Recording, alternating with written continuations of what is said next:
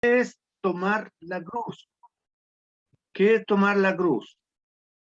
Algunos piensan que tomar la cruz o llevar la cruz es soportar una larga enfermedad, tal vez acciones, se llevan por años, que eso pudiera ser llevar la cruz. Pero cuando vemos que el Señor Jesucristo está hablando aquí y le dice a todos, y todos es todos, pues la palabra, esta palabra es también para nosotros en este día. Si alguno aquí deja la opción de que alguien responda, de que alguien levante la mano y diga yo, vamos tras una persona, no tras una religión. Y luego, ¿cuáles son las condiciones? Dice, niéguese a sí mismo, niéguese a sí mismo. Cuando, yendo al contexto que se ponía esto, si se veía una persona tomar una cruz, inmediatamente uno pensaba de que esa persona iba a morir, de que sus planes, sus proyectos se acabaron, de que no había nada hacia adelante, que había un solo camino, era la cruz, era a la muerte, caminando hacia la muerte. Y el Señor está hablando allí, si alguno quiere venir en pos o detrás de mí, niéguese a sí mismo. Una negación al yo es morir a sí mismo, es renunciar a todos los proyectos, a todo lo que va o lo que pudiera empañar una relación con el Señor. Cuando una persona va en pos de la persona del Señor Jesucristo, va a someterse a su voluntad. Ahora, los discípulos, en relación a la persona del Señor Jesucristo, era solo un camino, seguirle. Hay un himno que nosotros cantamos y dice, seguid al maestro, no importa sufrir, y aunque haya enemigos y obstáculos mil, si estrecha en la senda, no retroceder, siguiendo al maestro, vamos a vencer. En Mateo capítulo 4, verso 19, en la relación con seguir al Señor, cuando el Señor está hablando a los pescadores, a los discípulos allí, y le dice, venid en pos de mí, y os haré pescadores de hombres. Mateo 4, 19. Haré pescadores de hombres. Los pescadores, Pedro, Juan y Jacobo, sabían perfectamente lo que significaba una noche en el mar, en alta mar. Basta que uno vaya aquí a las caletas de pescadores, aquí en Valparaíso hay dos, y uno va a las 2, 3 de la mañana y están los bongos o los botes echándose a la mar. Y los hombres tendrán que soportar el frío de la madrugada, tendrán tal vez que soportar la soledad o dejar el hogar, renunciar al calor del hogar para ir en pos de la pesca. Y sabían ellos perfectamente lo que era ser pescador, pero el Señor le está invitando a otra pesca. Os haré pescadores de hombres. Con tanta dificultad como salir a la mar, con tanta renuncia como dejar el hogar, con dejar el calor del hogar, e ir en pos de los hombres para que vengan hacia la persona del Señor Jesús. Ahora, ¿quiénes pueden venir al Señor? ¿Quiénes pueden venir? Dice allí en Mateo capítulo 11, verso 28, venid a mí todos los que estáis trabajados y cargados, y yo os haré descansar. Allí hay una buena noticia. Allí hay una buena expectativa, porque en la persona del Señor se hallará el descanso. Aquel que lleva una carga sobre sí podrá poner su carga allí en el Señor. Y el texto completo, Mateo 11, 28 y 29, dice: venid a mí todos los que estáis trabajados y cargados, y yo os haré descansar. Aprended de mí, que soy manso y humilde de corazón, y hallaréis descanso para vuestras almas. Aprended de mí. El discípulo va a estar sujeto a un aprendizaje, va a estar atento a lo que el maestro le ha de enseñar. Siguiendo al Señor, había un joven, allí en Marcos capítulo 10, verso 21, que dice, cuando estaba siguiéndole, entonces Jesús mirándole, dice allí, le amó y le dijo: una cosa te falta, anda, vende todo lo que tienes. Y podemos leer el pasaje completo, Marcos capítulo 10, verso 21. Y quizás pudiéramos nosotros ponernos o compararnos allí con este joven. Por supuesto que está en un contexto de la ley. En Marcos capítulo 10, verso 17 dice: al salir él para seguir su camino, vino uno corriendo, e hincando la rodilla delante de él le preguntó: maestro bueno, ¿qué haré para heredar la vida eterna? Jesús le dijo: ¿por qué me llamas bueno? Ninguno es bueno sino solo Dios. Los mandamientos sabes: no adulteren, no maten, no hurten, no digas falso testimonio, no defraudes, honra a tu padre y a tu madre. Él entonces respondiendo le dijo: maestro, todo esto lo he guardado desde mi juventud. Qué testimonio, ¿verdad? Si uno lo ve allí en el contexto, allí un joven de intachable conducta, habiendo guardado todos estos mandamientos. Pero ahora hay algo que el Señor le dice, algo que estaba pesando en su corazón. Entonces Jesús, mirándole, le amó. Yo pienso al leer estos pasajes, con cuánta ternura el Señor habrá mirado a este joven, con cuánta ternura. Y dice: una cosa te falta. Una cosa, nada más que una. Nada más que una. Anda, vende todo lo que tienes y dalo a los pobres, y tendrás tesoro en el cielo, y ven, sígueme, tomando tu cruz. ¿Qué debía hacer? Renunciar a lo que poseía. ¿Por qué?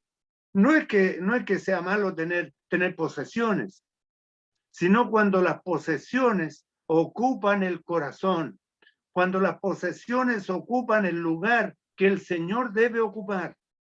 Todo esto estaba ocupando un lugar importante en su corazón. Ninguno puede servir a dos señores, o amará las riquezas. Ninguno puede servir a Dios y a las riquezas, porque no puede servir a dos señores. Las riquezas se transforman en el Señor, en el corazón, en aquel que lo va a gobernar. Por eso que el Señor le dice: una cosa te falta. Dice que vendiera todo lo que tiene, que lo siguiera tomando su cruz, renunciando al yo, renunciando a las cosas que ama. De eso se trata un verdadero discípulo. Esto era en relación con la persona del Señor Jesús. Ahora, para ser un discípulo hay que recibirle como Salvador primeramente, recibiéndole. El Señor dice allí en Apocalipsis capítulo 3, verso 20: he aquí yo estoy a la puerta y llamo. Si alguno oye mi voz y abre la puerta, entraré a él y cenaré con él y él conmigo. Abriendo el corazón, entrará el huésped divino y se quedará para siempre en su corazón. Y allí va hay un comienzo. En Juan 1:2 dice más a todos los que le recibieron, a los que hechos hijos de Dios, recibir al Señor en el corazón, aprendiendo de la persona del Señor. Quisiera en esta noche tomar ejemplo del capítulo, cuando una persona recibió al Señor Jesucristo como Salvador, dice allí en el verso 9, capítulo 5, verso 9. Por tanto, procuramos también, o ausentes o presentes, serle agradables. Porque es necesario que todos nosotros comparezcamos ante el tribunal de Cristo, para que cada uno reciba según lo que haya hecho mientras estaba en el cuerpo, sea bueno o sea malo. Ahora, ¿quién escribe esto? Nada más ni nada menos que el apóstol. Y cuando Pablo allí en los 20, donde dice, con Cristo estoy crucificado, y ya no vivo yo, mas vive Cristo en mí. Y lo que ahora vivo en la carne, lo vivo en la fe del Hijo de Dios, el cual me amó y se entregó a sí mismo por mí. Cuando el apóstol Pablo está hablando desde su vida en la cruz también, crucificado juntamente con Cristo. Él además tiene un mensaje sobre el crucificado. Me he propuesto, dice Corintios, predicar a Cristo y a este crucificado, predicando al crucificado.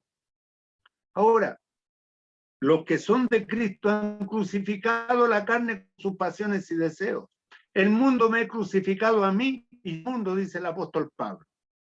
Así que Pablo, como crucificado también con Cristo, nos entrega un mensaje aquí en 2 de Corintios capítulo 5, verso 9. Porque está hablando en los versos anteriores, donde dice, así que vivimos confiados siempre y sabiendo que entre tanto que estamos en el cuerpo, estamos ausentes del Señor. Porque por fe andamos, no por vista. Estamos ausentes del Señor porque estamos en el cuerpo. Pero confiamos, dice. Y más quisiéramos estar ausentes del cuerpo y presentes al Señor. Por tanto, procuramos también, o ausentes o presentes, serle agradables. Pablo tenía una clara visión de la meta, porque si nuestro comienzo fue en Cristo Jesús el Señor, porque desde ahí en adelante fue en vida, en Cristo Jesús el Señor, estamos en pos de Él, siguiendo, vamos con Cristo, crucificado con Cristo, presentes o presentes, procuramos serle agradables. Ese es su deseo, querido hermano. Ahora, debemos respondernos íntimamente cada uno. ¿Deseamos serle agradables al Señor? ¿Deseamos agradarle a Él? ¿Por qué? ¿Por qué debemos serle agradables? Porque es necesario que todos nosotros comparezcamos ante el tribunal de Cristo.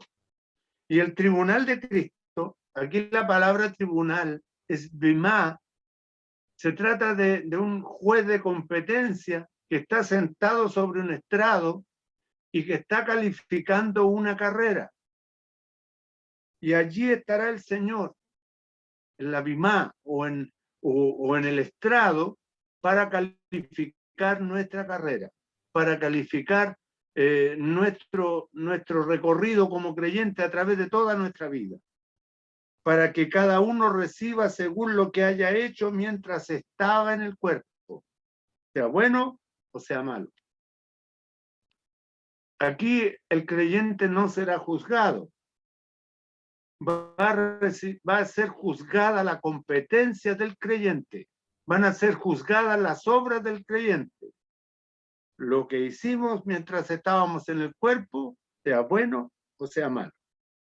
Ahora, ¿cuál era la motivación del apóstol? ¿Cuál es la motivación del discípulo? Como discípulo del Señor, dice, conociendo pues el temor del Señor. Un creyente conoce el temor del Señor. Dice, persuadimos a los hombres. Mire, estamos mirando la meta.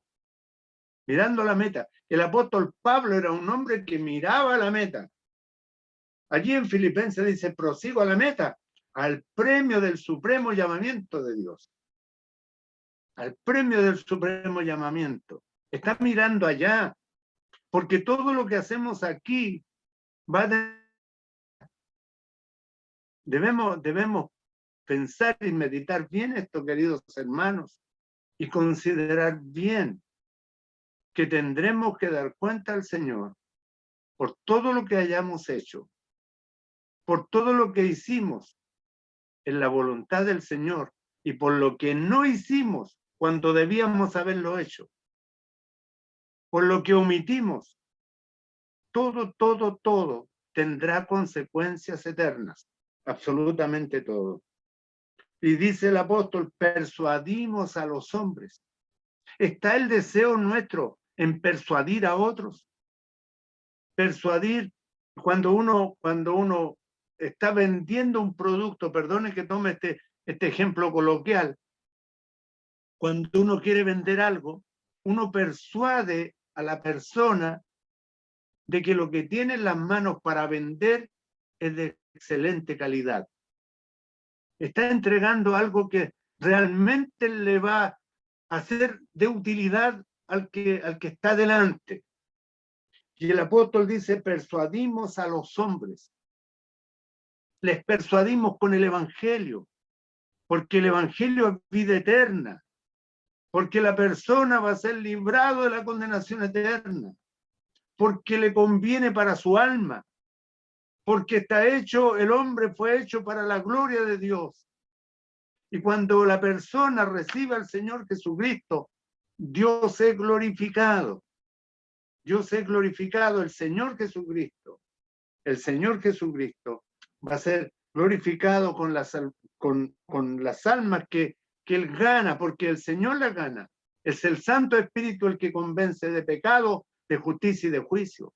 Y si hubiera alguien en esta noche que no es del Señor, quisiéramos invitarle, quisiéramos persuadirle y decirle que sin Cristo está totalmente perdido, que las puertas del infierno están abiertas a sus pies. Pero hoy es el tiempo aceptable de salvación. Cuando dice aquí el apóstol, persuadimos a los hombres, pero a Dios le es manifiesto lo que somos. El Señor sabe perfectamente lo que somos y espero que también lo sea vuestras conciencias. Le está hablando a los corintios. No nos recomendamos pues otra vez a vosotros, si no os damos ocasión de gloriaros por nosotros, para que tengáis con qué responder a los que se glorían en las apariencias y no en el corazón. Porque si estamos locos es para Dios, si somos cuerdos es para vosotros. Ahora, ¿cuál era el motor? El motor del apóstol aquí. Dice, el amor de Cristo nos constriñe. El amor de Cristo nos constriñe. Se aprieta el corazón. Se aprieta el corazón. Pensando esto, dice, que si uno murió por todos, luego todos murieron. Uno murió por todos. Ahora, cuando el Señor invita a tomar la cruz, en los primeros versículos que hemos leído, querido hermano, hermana, te está llevando y nos está llevando a morir al yo, a morir a nuestros planes, a morir a nuestros proyectos para enfocarnos en Cristo, para que nuestra vida esté enfocada en Él. De eso se trata el mensaje.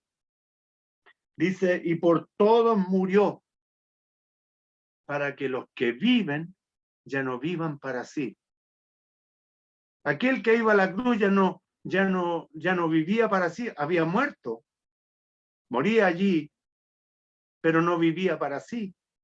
De eso se trata, para que los que viven ya no vivan para sí, sino para aquel que murió y resucitó por ellos. Cuenta la historia que el señor Abraham Lincoln, aquel que abolió la esclavitud en los Estados Unidos, un día fue a una plaza en donde se vendían los esclavos. Se vendían los esclavos. Y compra a una mujer. Y la mujer le sigue. Entonces él se vuelve y le dice, tú eres libre de hacer lo que quieras, de ir donde quieras, de proyectarte en la vida y vivir como quieras. Y ella le dice, puedo irme, soy libre. Si le dice, eres libre, puedes escoger lo que quieras. Le dice ella, entonces, si yo soy libre y puedo ir donde quiera y puedo escoger lo que quiera, yo escojo seguirle a usted. Yo escojo seguirle a usted. El Señor nos libertó, nos dio la libertad para vivir para Él, para rendir nuestras vidas a Él, para seguirle y vivir completamente. Amarle con toda nuestra mente, con toda nuestra alma, con todas nuestras fuerzas y con todo nuestro corazón, para que los que viven ya no vivan para sí. ¿Para quién vive usted? ¿Cuáles son sus planes? ¿Cuáles son sus proyectos? Si no giran en torno a Cristo, entonces no son del Espíritu. Nuestra vida completa. El joven, si está esperando una esposa y si la joven está esperando un esposo, debe ser para que dos glorifiquen al Señor. Aquel que busca un trabajo debe ser un trabajo para la gloria del Señor. Una empresa para glorificar al Señor. La profesión para dar gloria a Dios. De eso se trata. Ahora, cuando el motor que movía al apóstol era el amor de Cristo. El amor de Cristo nos constriñe, se aprieta nuestro corazón. Y dice, de manera que nosotros de aquí en adelante a nadie conocemos según la carne. Y aun si a Cristo conocimos según la carne, ya no le conocemos así. Hay una nueva perspectiva. Hay una nueva perspectiva. Es una nueva realidad. Aquel que está en Cristo mira las cosas de una manera diferente. El discípulo no es más que su Señor. Llega a ser igual que su Señor, igual que su Maestro. Ahora, allí en el verso 17, y creo que la hora nos alcanza, el verso 17 dice, de modo que si alguno está en Cristo, nueva criatura es. Las cosas viejas pasaron, y aquí todas son hechas nuevas. Esta expresión, si estar en Cristo, aparece 76 veces en las cartas del apóstol Pablo. Es una expresión paulina. 76 veces aparece la palabra en Cristo. ¿Qué es estar en Cristo? Fue algo que me costó comprender cuando allí Romanos capítulo 8, verso 1 dice, ahora pues, ninguna condenación hay para los que están en Cristo. El estar en Cristo significa estar crucificado juntamente con Él. Crucificado allí, con Cristo. En Cristo, nuestra vida en Cristo, Cristo en nosotros. Estamos unidos a Él, permaneciendo en Él. Permanecemos en la vida. Separados de Él, nada podemos hacer. Ese es el concepto de estar en Cristo. Vamos con Él. Vamos con Él y Él va en nosotros. Unidos a Él. unidos a Él. Cuando estamos en esa relación de maestro a discípulo y de discípulo a maestro, vamos aprendiendo de la persona del Señor Jesucristo. Ese es el todo de la vida del creyente. Vivimos teniendo divergencia en diferentes cosas y peleándonos a veces por minucias, pero es Cristo en nosotros, la iglesia, la esperanza de gloria. Cuando todo esto, dice allí el verso 18, proviene de Dios, quien nos reconcilió consigo mismo por Cristo y nos dio el ministerio de la reconciliación. Y tal vez usted, querido hermano, podrá decir, a mí no me ha llamado el Señor. A mí no me ha llamado el Señor. Quiero decirle en esta noche que el Señor nos llamó a todos, a todos. A todos nos dio un mandato. Allí en Mateo capítulo verso 28, verso 19 dice, id y haced discípulos, id por todo el mundo y predicad el evangelio. Haced discípulos a toda, Mateo 28, lo voy a leer textual, no me quiero enredar. Dice, por tanto, id y haced discípulos a todas las naciones, bautizándolos en el nombre del Padre, del Hijo y del Espíritu Santo, enseñándoles que guarden todas las cosas que yo os he mandado. Y aquí yo estoy con vosotros todos los días hasta el fin del mundo. El mandato está, la orden está, y muchas veces en la Biblia aparece el título, la Gran Comisión. La Gran Comisión. El Señor le habló a los discípulos diciendo, pero también nos habla a nosotros. Nos habla a nosotros, pues nos ha dado el ministerio de la reconciliación.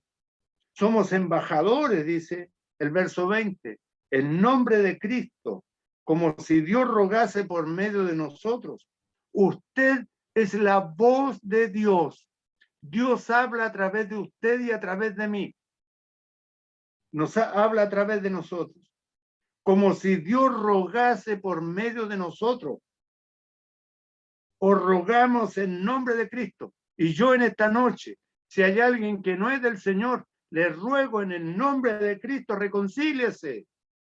Reconcíliese. Venga a la cruz. Abra su corazón. Confiésele sus pecados al Señor. Recíbale como Salvador.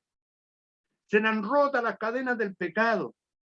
La Escritura dice, cuando el Hijo del Hombre os libertare, seréis verdaderamente libres. Verdaderamente libres.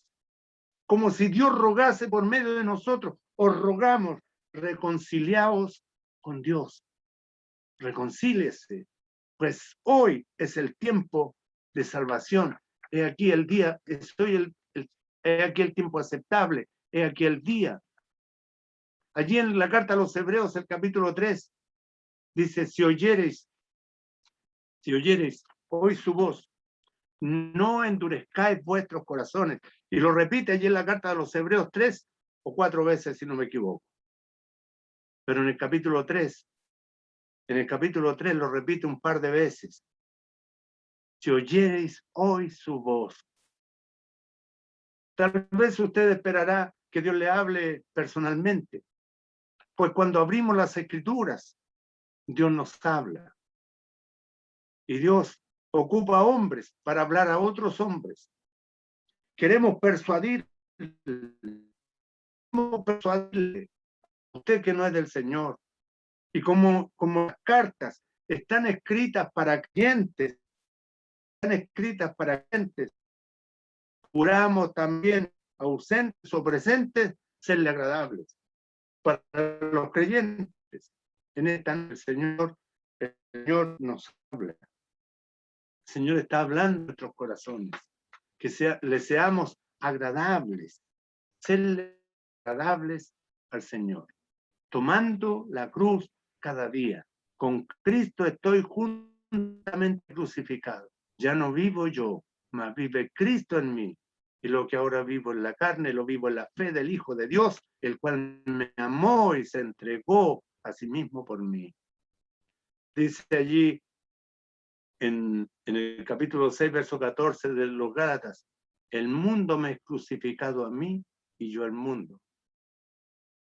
Y en el 5:24 dice, los que son de Cristo han crucificado la carne con sus pasiones y deseos. Que el Señor bendiga su palabra en esta noche en cada uno de nuestros corazones. Oremos. Padre Celestial, te damos gracias en esta noche por la oportunidad que nos has dado de abrir las Escrituras. Rogamos que tú bendigas la iglesia de Rosario, nuestro Dios, y a los hermanos de otros lugares también que se han conectado. Y si hubiera alguien que no es del Señor en esta noche, tu Santo Espíritu, nuestro Dios, sea redarguyendo de pecado, de justicia y de juicio y atrayéndole hacia la persona del Señor Jesucristo, para que un alma pueda pasar de muerte a vida en esta noche. Porque el Señor Jesucristo vino desde el cielo, dejó la gloria para tomar nuestra vergüenza y para que nosotros que estábamos en vergüenza y miseria pudiéramos ser llevados a la gloria.